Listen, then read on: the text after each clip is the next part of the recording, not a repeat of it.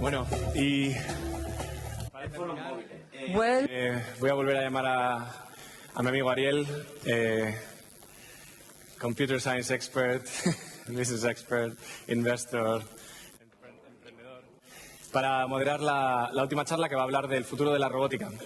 Tenemos también, bueno, ahora le presentas, pero a Khalid Ali, que viene de NASA, y yo creo que es un lujazo tenerlo, así que por favor vamos a recibirles con un aplauso.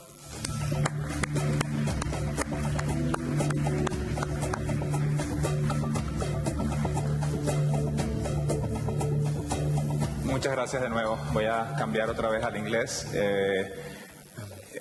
Khalid Ali tiene tantos reconocimientos y un background tan extenso. Perdón. Menciones que, bueno, Ariel tiene Twitter, su Twitter es @Ariel, por si queréis hacerle preguntas. Sí, @Ariel, como la sirenita. Pero esperemos que funcione bien el Wi-Fi, si no también después cuando estemos en el momento de preguntas, pues subiremos un poco quizás las luces, eso ayude.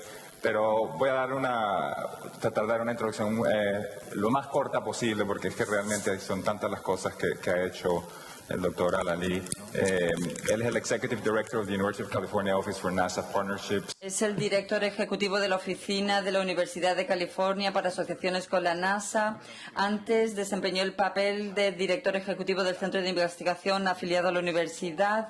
Ha trabajado en proyectos que implican distintos temas, como la tecnología avanzada aeronáutica y aeroespacial, la aviónica inteligente, sistemas de energía novedosos, vehículos planetarios y robots, industria aeroespacial, vehículos autónomos para misiones de exploración en lunar, en la Antártida y otros planetas. Fundó Carnegie Mellon Innovations Lab y dirigió sus actividades con el objetivo de crear tecnologías avanzadas para vehículos compactos y autónomos. Ha sido el fundador de Senseta, una empresa que depende de Carnegie Mellon, que ofrecen tecnologías que permiten a los sistemas inteligentes sentir, pensar y actuar. Ha trabajado ya sobre el tema de robótica, control autística para distintos sistemas multimedia, sistemas de carga útil, de transbordador espacial y sistemas médicos. Podría seguir, pero creo que debo de dar... acabaré diciendo que posee un doctorado en energía mecánica y eléctrica en la Universidad de California, Berkeley. Va a hacer una presentación de 20 minutos y luego abriremos un turno de preguntas y respuestas. Muchas gracias por esta presentación, Ariel. En primer lugar, quiero decir que muchas gracias por estar aquí. Estoy lleno de energía gracias a la cafeína porque he tenido un día de viaje muy largo y creo que espero poder darles una charla muy interesante en estos próximos 40 minutos. Para mí es un honor. Estoy impresionado con la gente, con el nivel del Congreso y de la gente que estáis aquí. Hay gente que conozco de los últimos días y es un placer para mí estar aquí esta tarde. El tema en general de por qué estoy aquí y qué quiero compartir con todos ustedes es la gran pregunta. ¿Qué significa? ¿Qué necesitamos para llegar aquí? Necesitamos crear algo nuevo. De esto estamos hablando. Hay una recolección de ejemplos que compartiré con todos ustedes y vídeos impresionantes, fotografías muy bonitas, pero el mensaje es de distintas historias y ejemplos y lo que supuso no solamente en Silicon Valley, no en otros países, sino aquí en Málaga, en España, y ver los ingredientes que tenemos para preguntarnos qué necesitamos para desarrollar este tipo de proyectos. Aquí tenemos un paisaje de algunas cosas que consideramos robots. Cuando la gente piensa en los robots, piensa en la película de Star Wars y piensa en C3PO. Y esta es la definición. La definición del robot es un mecanismo que puede actuar sin pensar, y un buen ejemplo es un androide, un sistema operativo de Android o de Apple IV que puede procesar tus palabras y llegar a un resultado. Pero desde una perspectiva tradicional, a la izquierda vemos vehículos inteligentes, y cuando vamos a la derecha vemos que cada vez es más interesante robots en nuestro propio entorno de hogar. Estos son robots especiales que tienen piernas, que tienen ruedas. Y esto es sorprendente. Hemos hablado de robots en muchos años y estamos hablando de robots que tendremos alrededor dentro de poco. La parte más excitante es que con la ley de Moore sabemos que cada vez las cosas son más rápidas y más sorprendentes.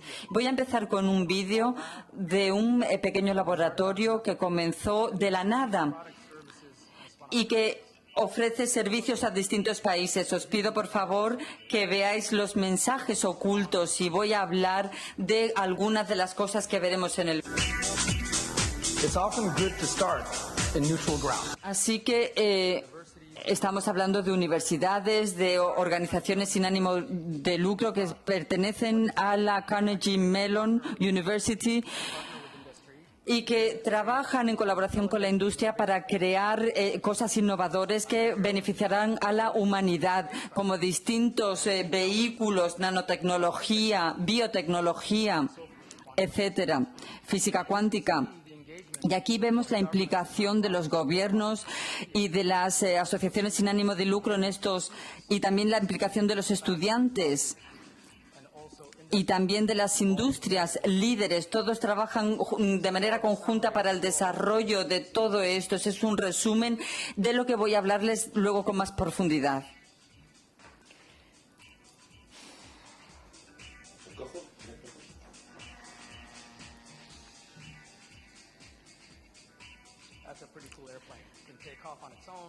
Es un aparato que puede despegar por sí solo, puede aterrizar por sí solo. Es es una máquina muy inteligente que solamente hay que indicarle a dónde queremos que vaya.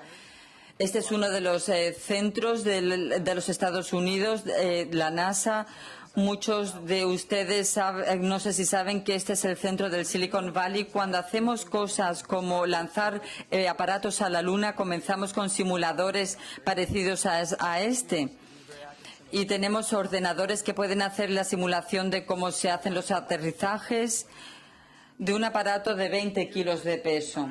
Este es el diseño de una antena que quizás habrán visto, que utilizan una tecnología específica, y eso ha sido ya lanzado al espacio y se está utilizando en dispositivos inalámbricos en la actualidad.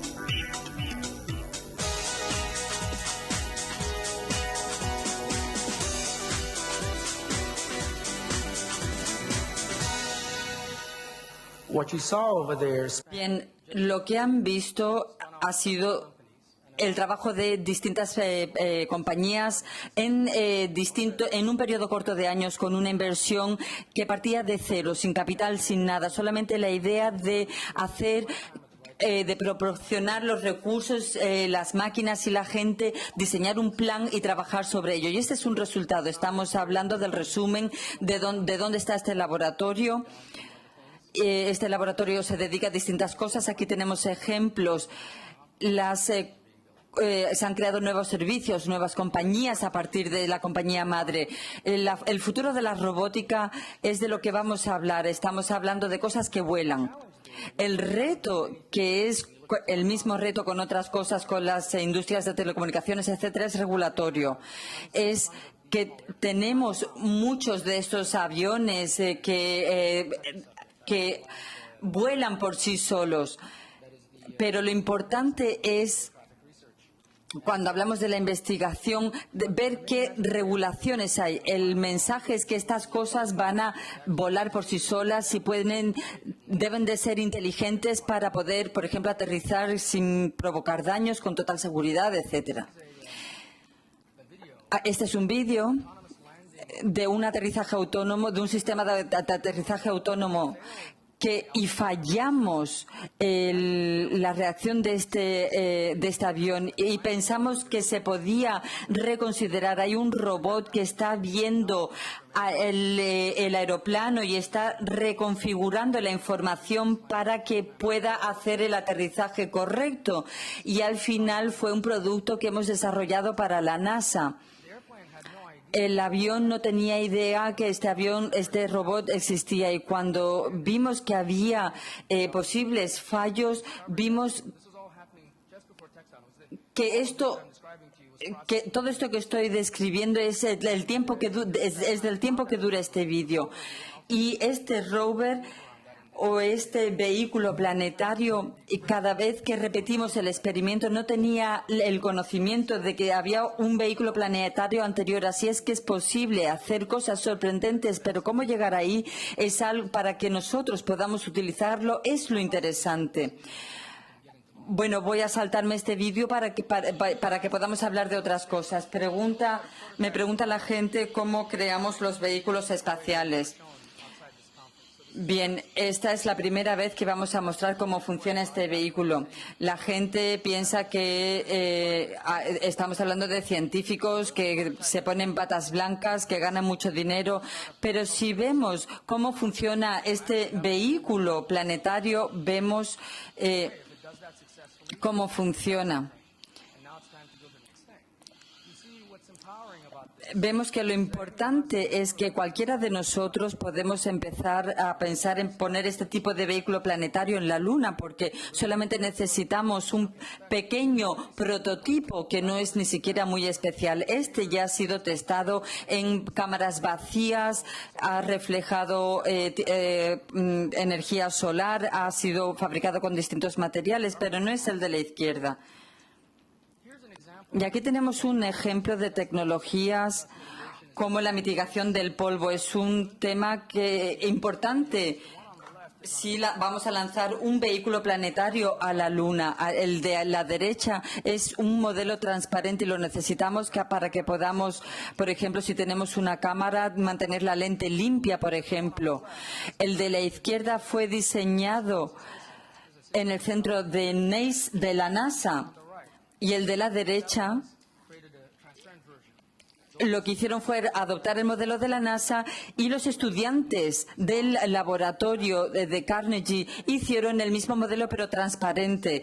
Es posible hacer esto con la energía creadora de un grupo de estudiantes excelentes. Y ahora vamos a hablar de una compañía que intenta poner un vehículo planetario en la Luna. Es un proyecto un tanto loco. Era difícil encontrar una compañía privada que quisiera mandar vehículos a la Luna para tomar fotografías. Y había poca gente, o hay poca gente, que tiene la capacidad de hacer esto, y sobre todo en estas condiciones económicas. Y esta es una de las compañías que sí lo ha hecho, la compañía Astrobotic, una compañía que ha lanzado un vehículo planetario al mundo para ver qué es lo que está pasando con los lanzamientos que se están realizando. Una de las cosas importantes que hemos hecho en la compañía es diseñar robots o vehículos que sean económicos. Es el tipo de cosa en el que no podemos ir al Corte Inglés y comprar un tipo de vehículo similar que pueda hacer algo inteligente como limpiarle el suelo, etcétera.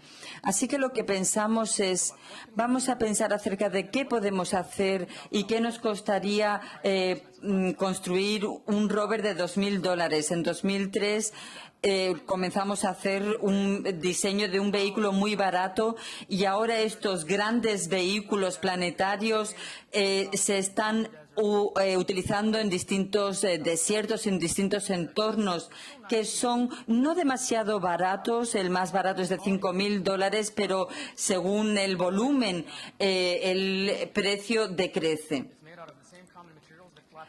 Se hace con productos comunes que no son muy caros, y veremos algunas imágenes y vamos a ver cómo hacemos que las cosas sean más baratas para poder llegar al punto de partida.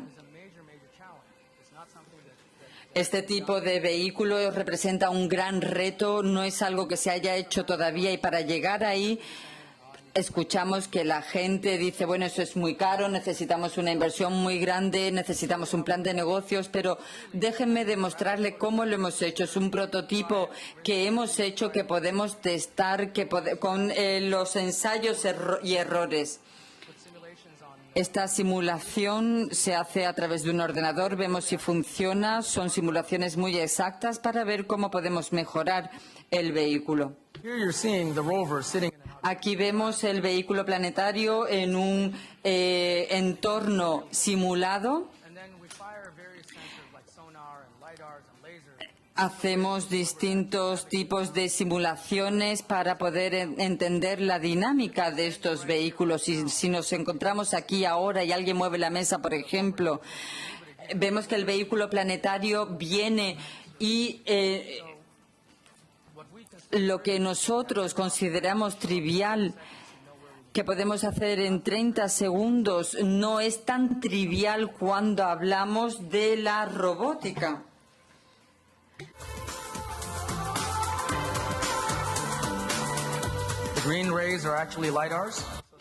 Este tipo de elementos son más ligeros y encuentra los obstáculos que les rodean. Tenemos distintos retos, como algunos han visto, coches autónomos que puedan parar cuando encuentran un obstáculo. Y me gusta hacerlos a escala real. Así que voy a pasar ahora al siguiente vídeo. Otra cosa que es interesante es la implicación de distinta gente cuando hablamos de esto. El vehículo planetario es la pieza central.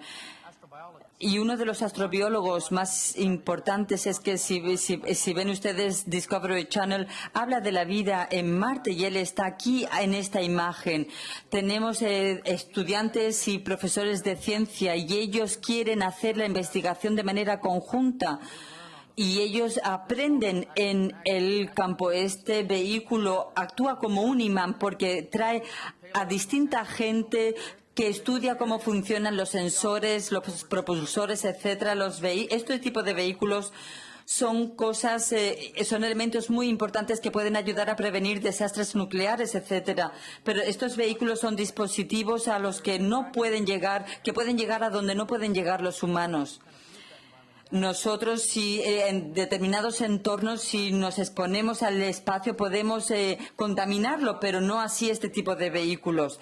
Estamos hablando de distintos entornos como desiertos, las zonas árticas, etcétera. Podemos trabajar con vehículos planetarios que funcionan como laboratorios.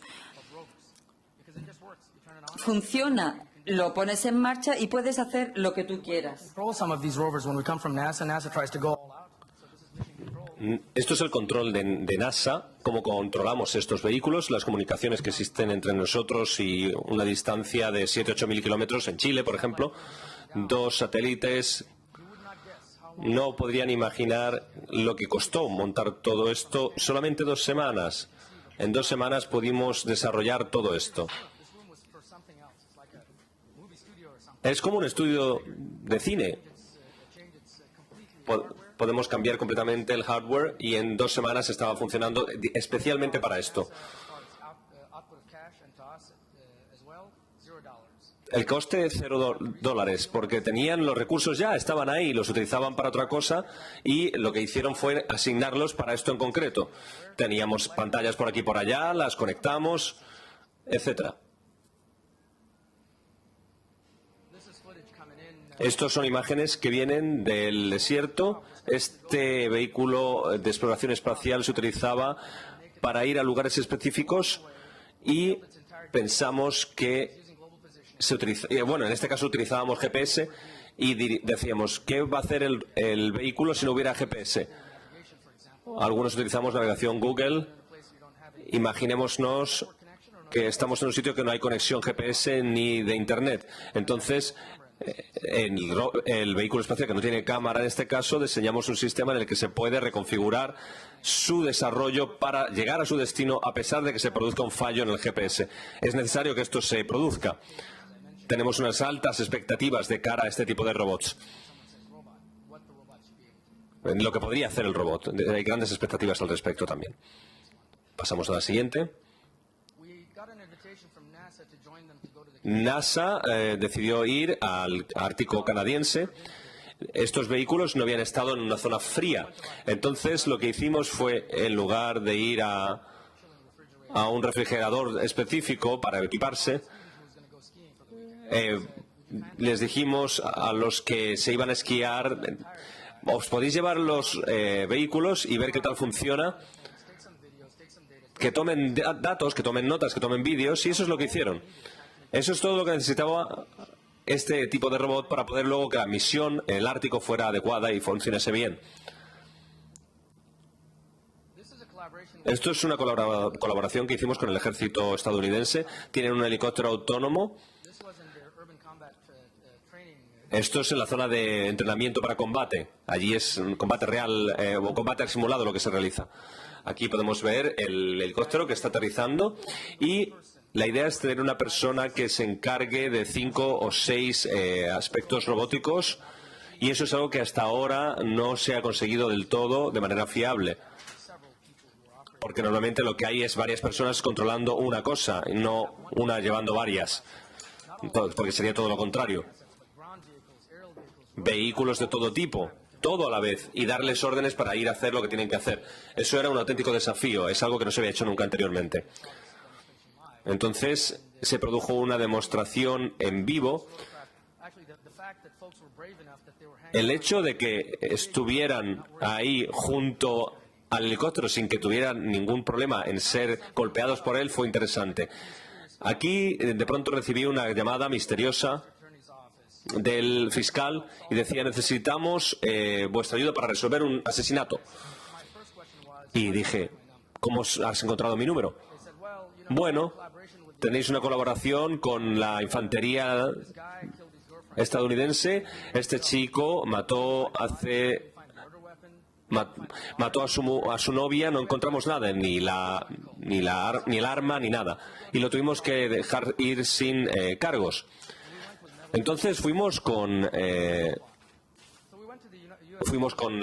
material para buscar pruebas que pudiesen incriminar a este asesino que había hace unos días asesinado a su novia, y teníamos una tecnología específica. Una de las cosas que hace es la posibilidad de ver cómo está la tierra por debajo para prevenir en un día determinado los terremotos, como el que ha pasado en Turquía. Entonces lo que se hace aquí es que se hace una búsqueda de dianas geológicas. Nosotros lo que hicimos fue establecer una colaboración con una pequeña empresa relacionada con NASA para poder hacerlo en tiempo real sin necesidad de esperar los resultados, que es lo que suele pasar. Entonces dijo: si nos enviáis el vehículo, encontraremos los datos que necesitamos, a lo mejor en un par de días. ¿Cuánto nos costaría esto? Nada. ¿Cuándo necesitan los ingenieros? Se los mando. Me dijeron: lo necesito mañana. Bueno, pues lo mandamos, un equipo de ingenieros. Y les previne de que no nos dedicamos a buscar huesos, sino que buscamos armas, etcétera. Aquí es donde encontraron los datos para el asesinato.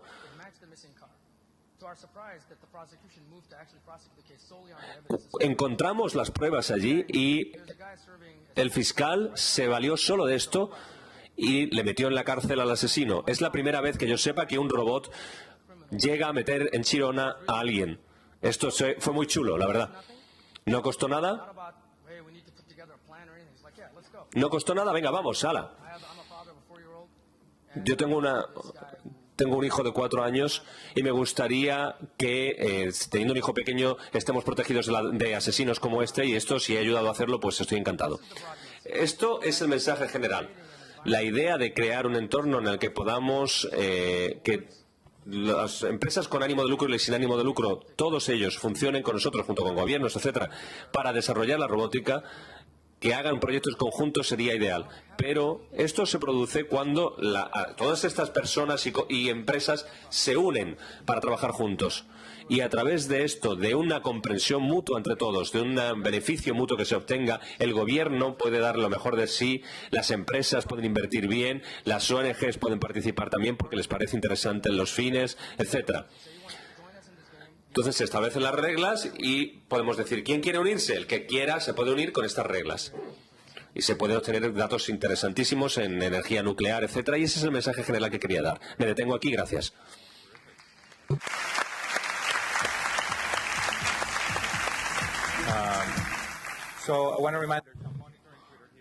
Aquí hay un monitor de Twitter. Ariel lo está controlando, otras personas. Entonces, si alguien tiene una pregunta, se puede canalizar. ¿Se pueden bajar un poco las luces? Porque estamos recibiendo aquí un foco muy directo. Por favor, si es posible, si alguien tiene opción de controlarlo, por favor, que lo hagan. Y tenemos unos 20 minutos para preguntas. Evidentemente hay sitio y tiempo para preguntas. Sería genial si podemos tener preguntas interesantes. Esos aviones que has enseñado, sí, volamos los aviones, vamos a Marte, etcétera, pero alguien me ha llevado a Málaga conduciendo, todavía no hay ningún robot que lo pueda hacer. ¿Cuándo un robot nos va a llevar de un sitio a otro en un coche? ¿Cuándo va a ser eso posible? ¿Por qué es más difícil que de pronto ir a Marte? Bueno, es una pregunta con varias partes. La primera parte, sí, se va a producir. Sí, va a suceder que va a haber robots que nos lleven.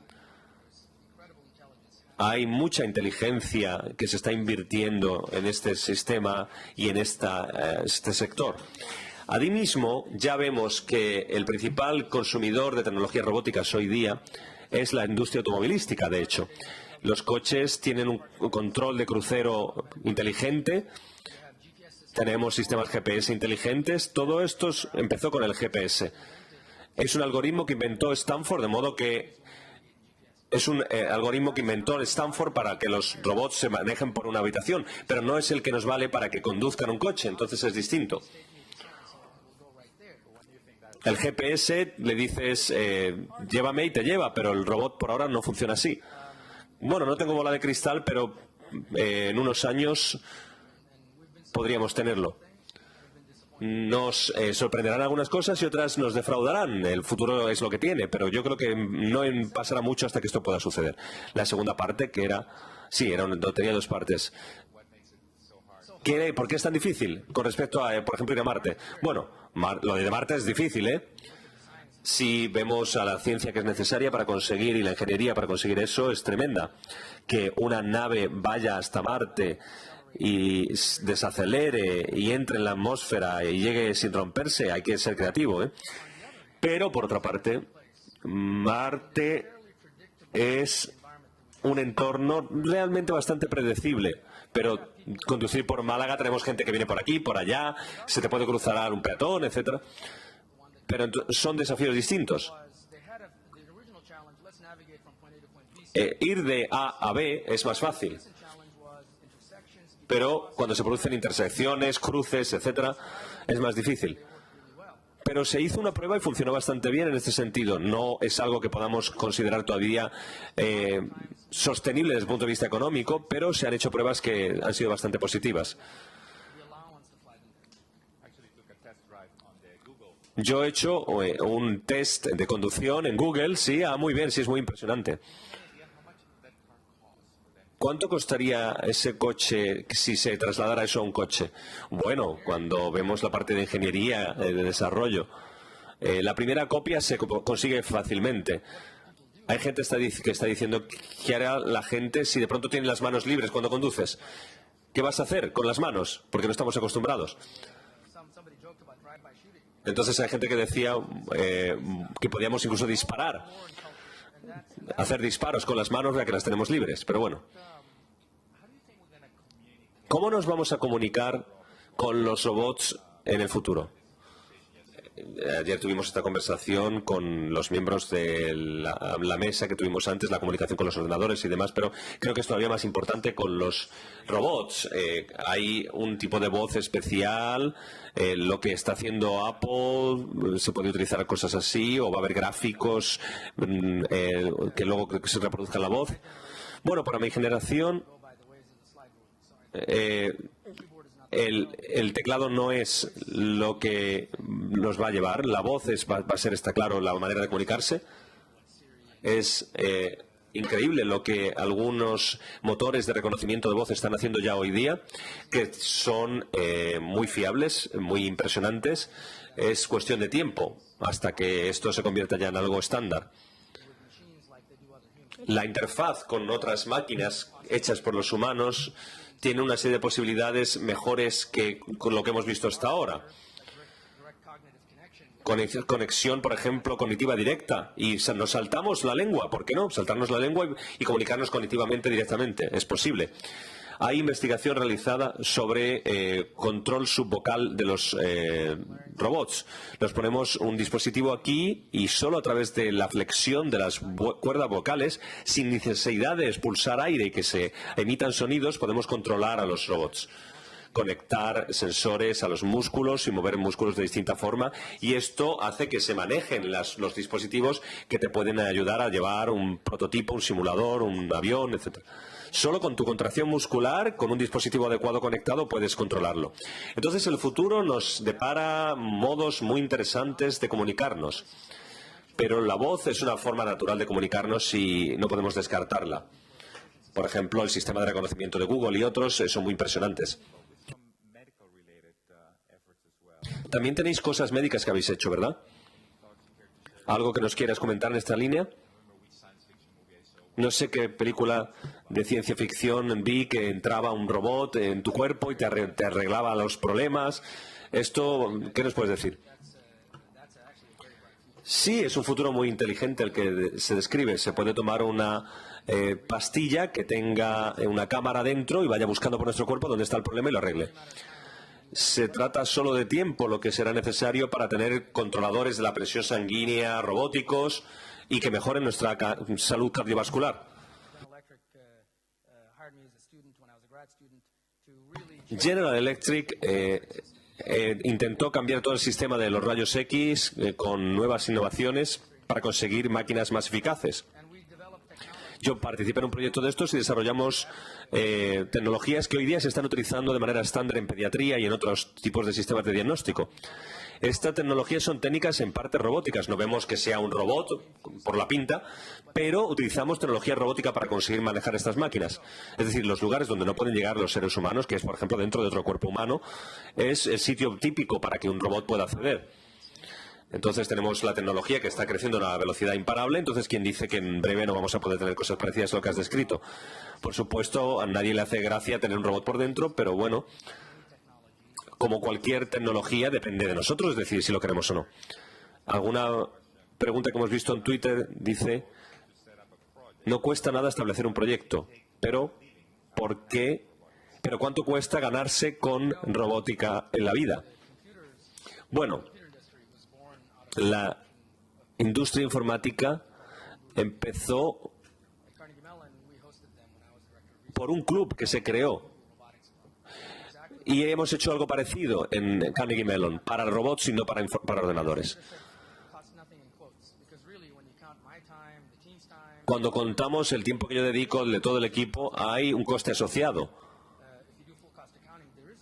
Hay un coste, no quiere decir que sea gratis, porque si yo digo que no ha costado nada, mi tiempo sí ha estado ahí, pero bueno.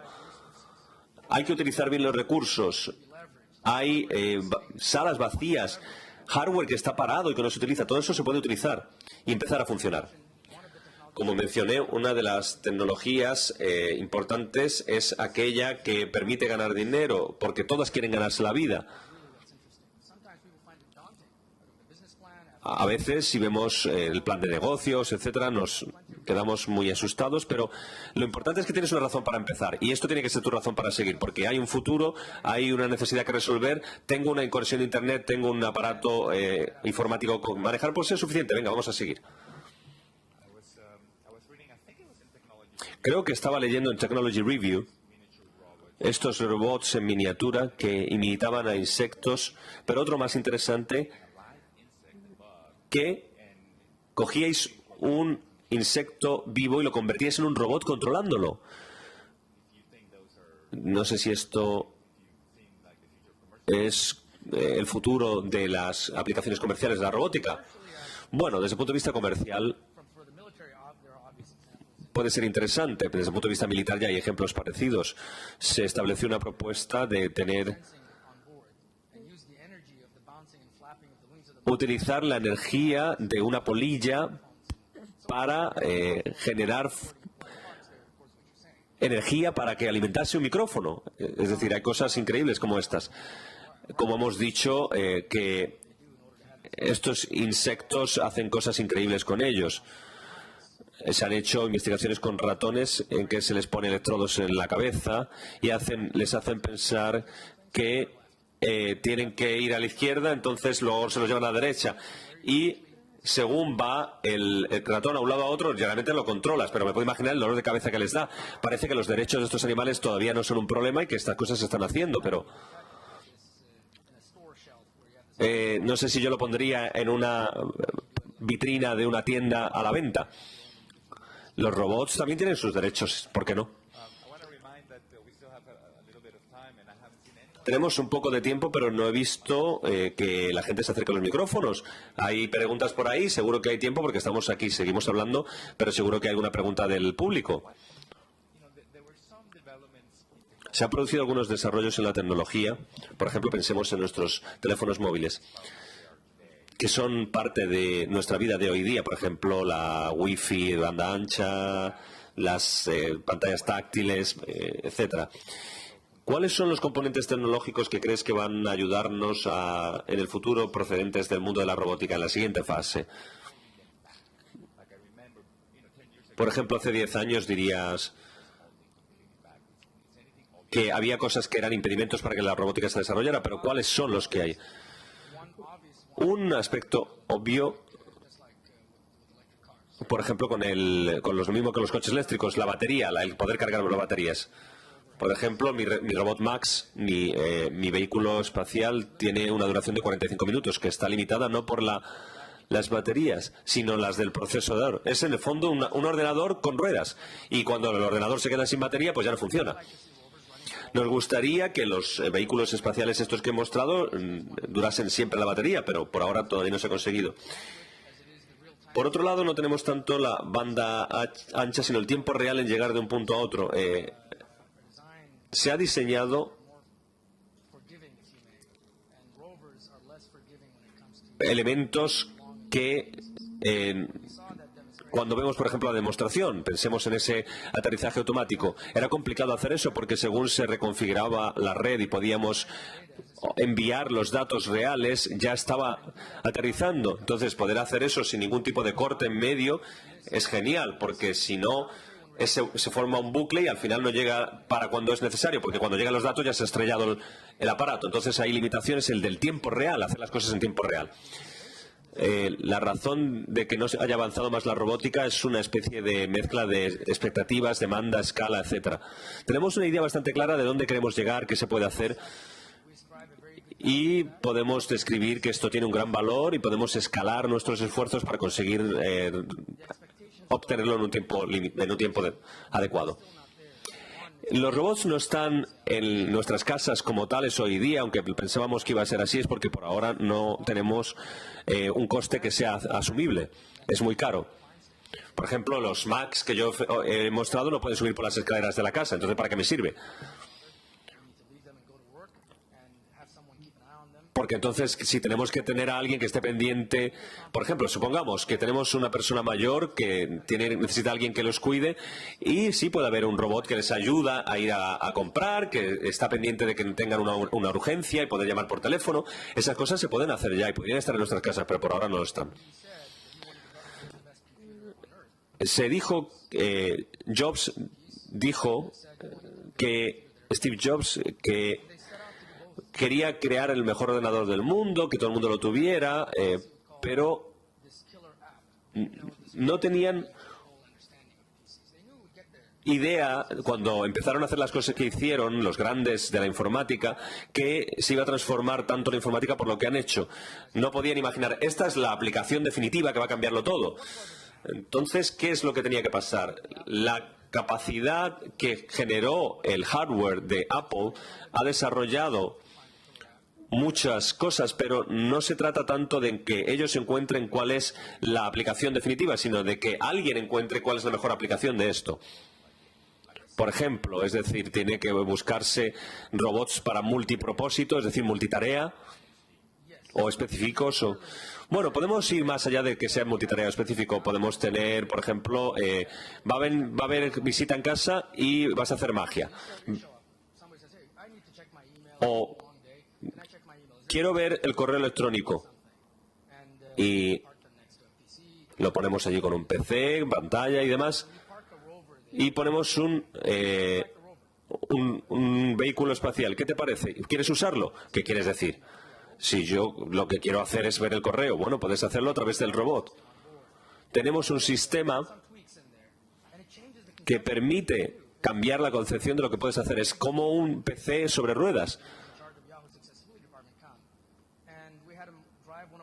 Y lo que hicimos fue que llevasen uno de nuestros vehículos y la conclusión de esa experiencia se iba navegando para acá, para allá, siguiendo el robot, pero se lo pasó genial.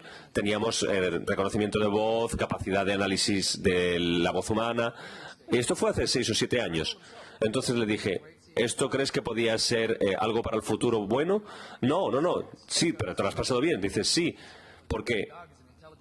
Porque mi perro es inteligente y el robot no.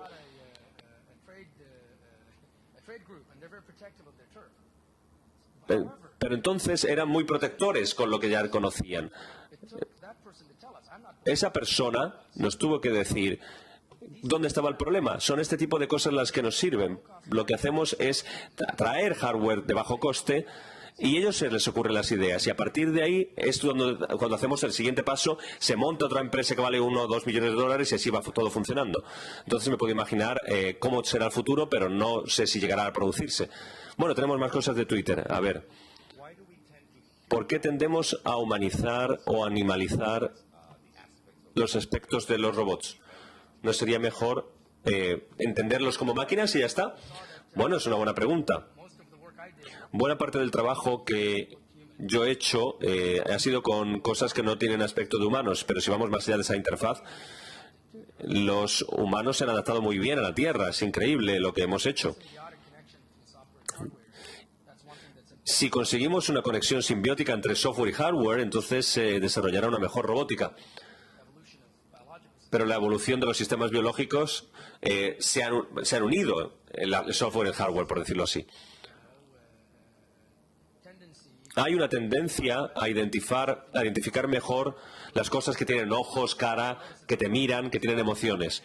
Entonces, el robot tiene 2 cámaras. Pero se pueden crear emociones si el robot mira para abajo o para arriba, etcétera, ese tipo de cosas. No es necesario humanizarlo del todo, tendemos a hacerlo porque queremos identificarnos mejor con ellos. Pero, por ejemplo, en el tema sanitario, si queremos robots en una empresa que trabaja con enfermos terminales y puede tener una máquina, entonces no hay parte psicológica que conecte con el paciente, pero sí hay un dispositivo que te dice, por ejemplo, es necesario que diga hola, bien, estoy bien. Google tiene unas cuantas aplicaciones que son así. Sí, estoy bien, gracias. ¿Esto es necesario? No, técnicamente no. Pero ¿me hace sentir más cómodo? ¿Hablar con la máquina? Sí. Entonces, si eso es así, al final y yo estoy más contento y me siento más cómodo y más identificado, pues por eso se hace. Y la matriz. ¿Cuándo pasará que los robots sean capaces de pensar? ¿Años, décadas? ¿Dónde están los límites? Matrix tiene que ver con la elección de 2 píldoras, 2 pastillas. Te tomas una y te va fatal y te tomas la otra y te va peor. O sea que no sabes exactamente. Pero bueno,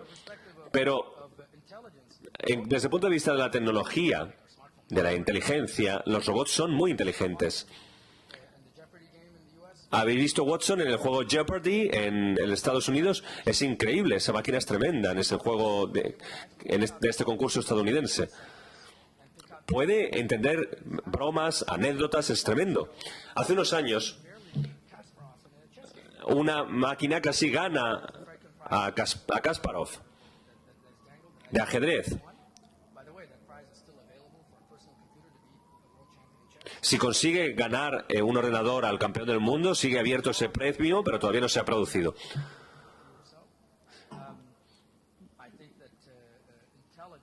La inteligencia tenemos que definirla con cuidado. Yo creo en que si no hay simbiosis entre hardware y software, como he explicado antes con el caso del ser humano, no se consigue esta inteligencia. Tenemos cosas en la NASA que van más allá de la resolución que puede apreciar el ojo humano. Sin embargo, estas cosas no son torpes porque el proceso de visión no se acerca en absoluto a lo que puede hacer un insecto, no ya un ser humano. El poder cerebral de un insecto está mucho más allá del de... no tiene nada no se puede comparar en cuanto a un PC, pero tiene una capacidad sensitiva que va mucho más allá de la del ordenador. Es una forma de inteligencia que todavía no hemos conseguido imitar. Pero cuando esos aspectos se conecten, el software se conecte con el hardware, entonces no sé dónde vamos a poder llegar porque va a ser algo increíble.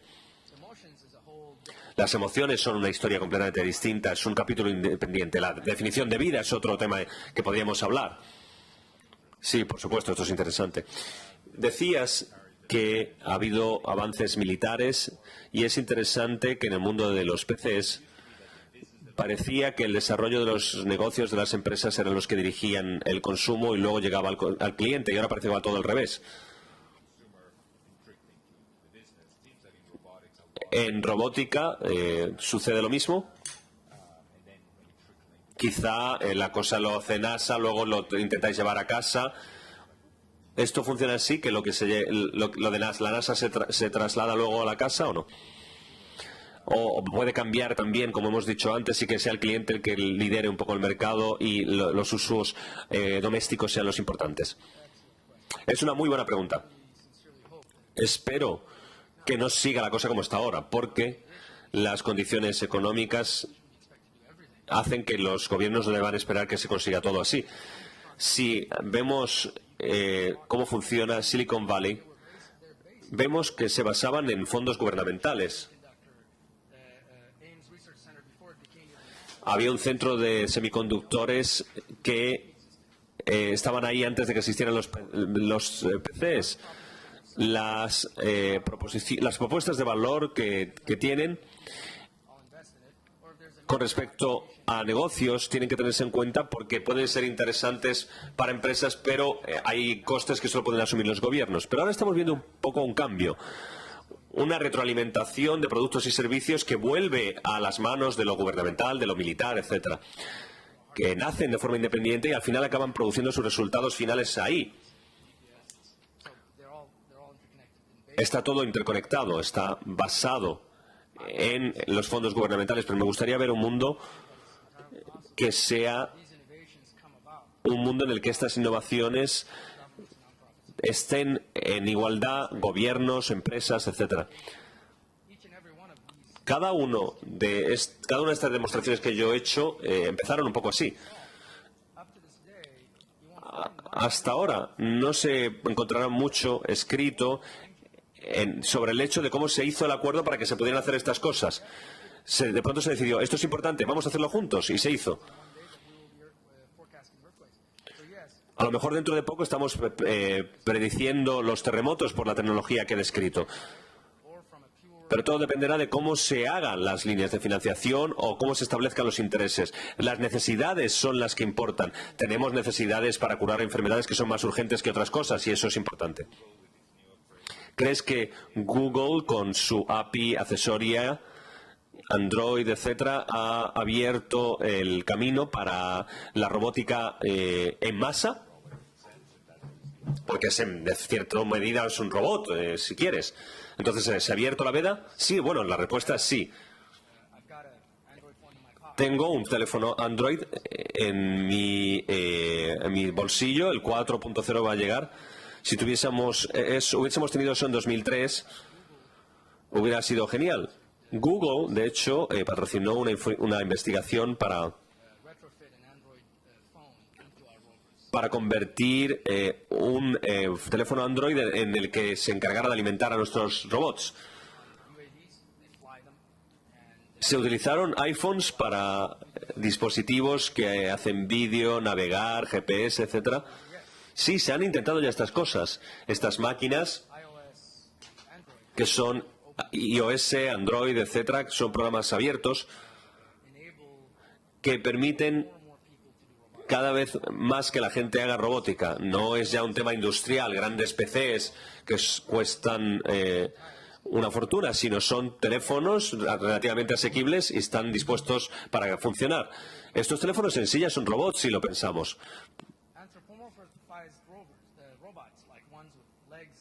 Pero con respecto a robots que tienen piernas y manos, ya es otra historia, porque todo eso es muy caro. Pero los de las ruedas que dan vueltas son mucho más baratos que los que tienen piernas. ¿Cómo se utilizan las redes distribuidas en robótica? ¿Los robots van a colaborar para hacer tareas mejores? Sí, una magnífica pregunta. Esta es la demostración de que el aterrizaje automático se puede utilizar como ejemplo. Lo que mostré antes, los sistemas palomórficos de control utiliza las redes sensoriales y las lleva a una siguiente generación. Cuando tenemos una red de sensores, procesadores, etcétera, y podemos cambiar la distribución de estos, porque un robot inteligente está sintiendo los procesos sin saberlo, y se pueden realizar redes que se curen a sí mismas o que se arreglen a sí mismo. Esto es un problema difícil porque cada robot es distinto. Si analizamos unos u otros son distintos. Los UAVs son robots también, pero son distintos. En matemática lo utilizamos con problemas que intentan optimizar todos estos elementos heterogéneos y estos dispositivos resulta más difíciles operarlos. Porque las ciencias en red son hay toda una serie de robots que son utilizables en este sentido. El hecho de que hablen entre sí, tomen decisiones, a eso me refería, el hecho de que monten una red que funcione en ese sentido. Es la economía la que tiene que... Se ahorraría muchísimo dinero si pudiésemos comunicarnos entre coches, por ejemplo. Es decir, si la gestión de las emisiones de CO2 de los coches se pudiera hacer de esa manera, comunicándose los coches entre ellos y gestionando el tráfico de manera mejor. Algunas veces la congestión de tráfico se eliminaría con esto. Algunas empresas ya están trabajando en esto, algunas empresas ya están investigando, pero todavía no es algo que esté presente en toda la sociedad y no es automático que esto llegue, pero es una cosa que podría pasar en el futuro. Tenemos un poco más de tiempo y así me gustaría hacer la última pregunta. Has compartido tantas ideas locas e interesantes con nosotros, pero ¿qué es lo más loco que puedas contarnos? Es decir, alguna aplicación de la robótica que no está seguro de que verdaderamente se pueda producir en el futuro, que a lo mejor pienses, bueno, podamos llegar ahí, pero no lo sé. Vale, Terminator, esa es una de ellas. Tenemos robots pensados para el futuro que diga, he vuelto, pero esto... Bueno, o otros robots que matan a gente. Bueno, yo soy un optimista. Las razones no son tecnológicas. Yo espero que la humanidad no permitan ciertas cosas, que ciertas cosas ocurran, pero hay cosas interesantes que podemos pensar. Ahora aquí estamos en Málaga y la gente pregunta cuál es la similitud entre el Silicon Valley y el Málaga Valley y qué se puede aplicar. Creo que si vemos dentro dónde están las fuerzas y vemos y podemos desarrollar una receta propia para ver dónde queremos llegar y podemos utilizar estas fuerzas y no las debilidades para tomar los puntos fuertes por ejemplo, del Club Málaga Valley y aprender las lecciones y crear vuestro propio Club Málaga Valley del que la gente hable dentro de unos años, igual que estamos hablando del Silicon Valley. Y esto es totalmente posible, no es una idea loca. Con todo esto, me gustaría darte las gracias por todas tus contribuciones. Ha sido fascinante hablar contigo. Gracias. Thanks. Thank you. Thanks.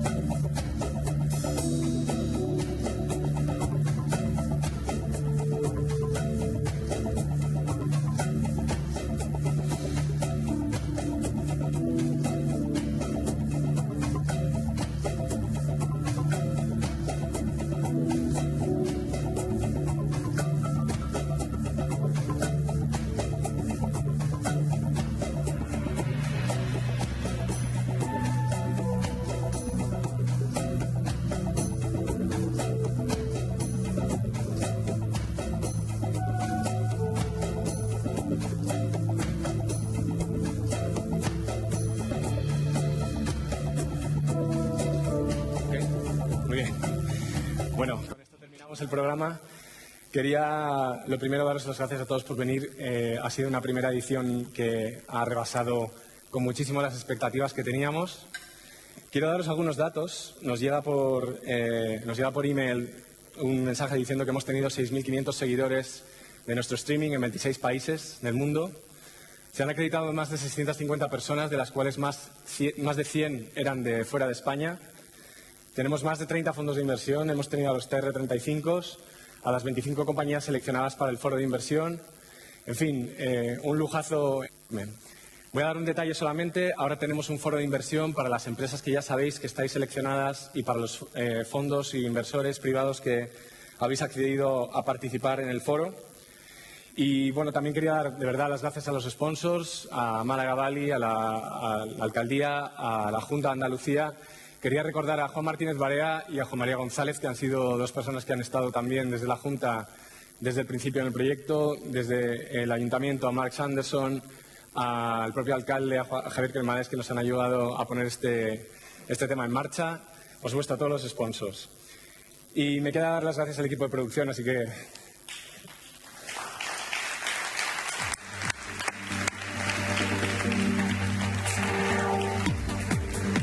Bueno, y tenemos una última sorpresa, así que voy a esperar a que suban. Bueno, tenéis unos cuantos ahí arriba que no pueden... Thank you. Can you shoot the video? Y ahora tenemos la sorpresa.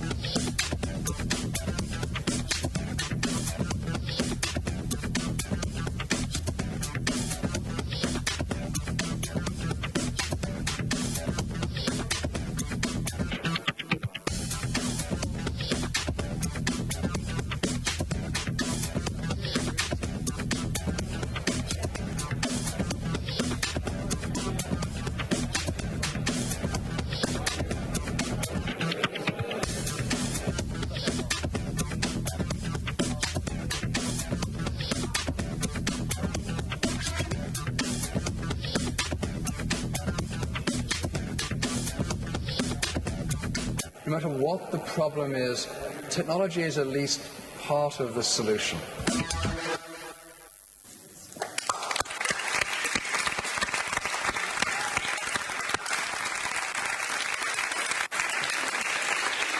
Nada más, quería recordar, estamos para dar un mensaje optimista.